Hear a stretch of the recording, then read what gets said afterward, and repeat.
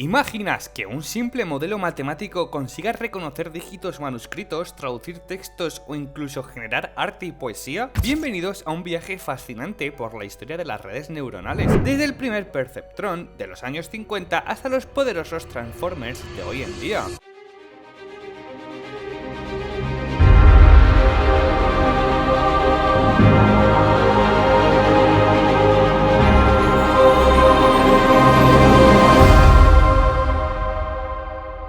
Retrocedamos al año 1958, cuando el psicólogo Frank Rossebland presentó el perceptrón, el primer modelo neuronal artificial. Imagina un circuito eléctrico con varias entradas, como si fueran dendritas, cada una con un peso que amplifica o atenúa la señal. Todas las señales se suman, y si superan un cierto umbral, la salida se activa en un sí o en un no.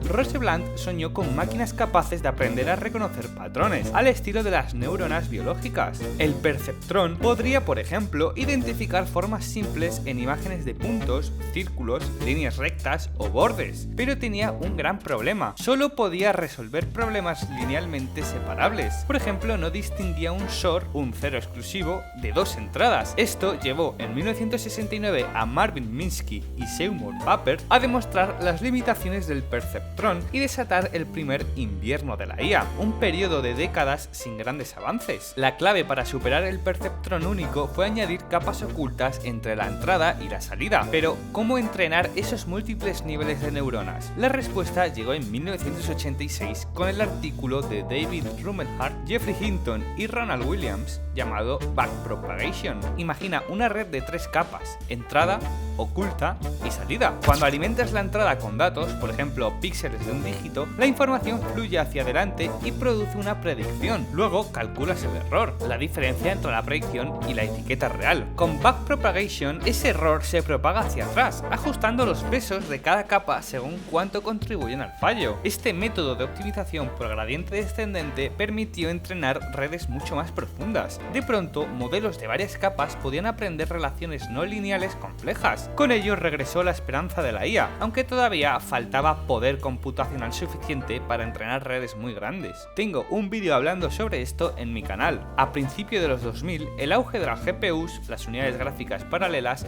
dio la potencia necesaria para entrenar redes profundas en tiempo razonable. En 2012, Alex Krzyzewski, Ilya Sutskever y Geoffrey Hinton presentaron AlexNet, una red convolucional que arrasó en el concurso ImageNet, reduciendo la tasa de error a la mitad respecto al estado del arte. Las CNNS, Convolutional Neuronal Networks, introdujeron dos ideas clave. En primer lugar, las convoluciones, filtros que recorren la imagen detectando patrones locales, bordes o texturas. Y por otro lado, el pooling, la reducción de resolución para mantener solo la información más importante y hacer la red más resistente a pequeñas variaciones. AlexNet demostró que con miles de capas y millones de parámetros, las máquinas podían superar al ojo humano en tareas de clasificación de imágenes. Esto marcó el inicio del llamado Deep Learning, donde las redes con decenas o cientos de capas se convirtieron en la norma. Pero, ¿qué pasa si queremos procesar datos secuenciales, como texto o incluso audio? Aquí entran las redes neuronales recurrentes, las RNN. A diferencia de las CNN, las RNN tienen memoria interna. Cada neurona mantiene un estado que se actualiza con cada elemento de la secuencia. Sin embargo, las RNN simples sufren el problema del gradiente que se desvanece. La información de pasos anteriores se olvida rápidamente. La solución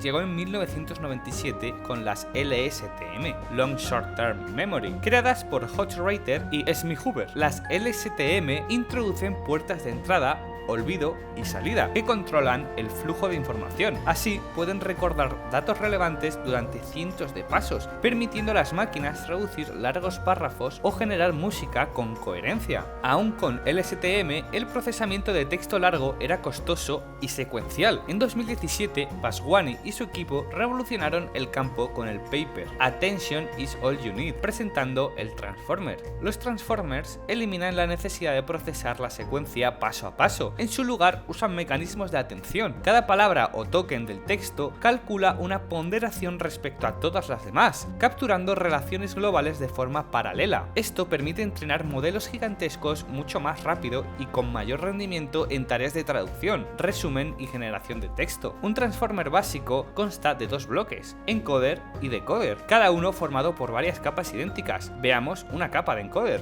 En primer lugar está el self-attention. Cada token genera vectores query, key y value. Se computa la atención como softmax. Esto asigna un peso a cada token según su relevancia. En segundo lugar tenemos el add and norm. La salida de self-attention se suma a la entrada original, llamado residual connection, y se normaliza. El tercer paso es el feed forward, dos capas densas con activación RELU intermedia aplicadas de forma independiente a cada posición. Y en cuarto lugar está la otra add y norm, la residual y la normalización final. El decoder añade un mask self-attention para evitar mirar palabras futuras y una capa de atención sobre el encoder para combinar información de entrada y generación de texto. Ya lo sé, es muy complejo de entender. Yo mismo he tenido que ver bastantes tutoriales para poder hacer este guión y todavía no me ha quedado muy claro, pero sigamos. A partir de los transformers se desarrollaron modelos como BERT, Bidirectional Encoder en 2018 y GPT, un decoder autorregresivo en 2018. BERT lee la secuencia completa en ambas direcciones, utilizando Mask Language Modeling para predecir palabras ocultas, y GPT genera una palabra a la vez, alimentándose de su propia salida anterior, lo que le da fluidez y coherencia en generación creativa. Estos grandes modelos contienen miles de millones de parámetros y han sido entrenados con enormes cantidades de texto en la nube. Su capacidad para comprender el lenguaje y producirlo de forma casi humana ha abierto un nuevo capítulo de la IA, desde el sencillo Perceptron de Rosbland, que solo distinguía líneas y círculos, hasta los transformers que traducen y generan poesía. Cada avance ha superado limitaciones previas, las capas ocultas y backpropagation, las GPUs y las CNN,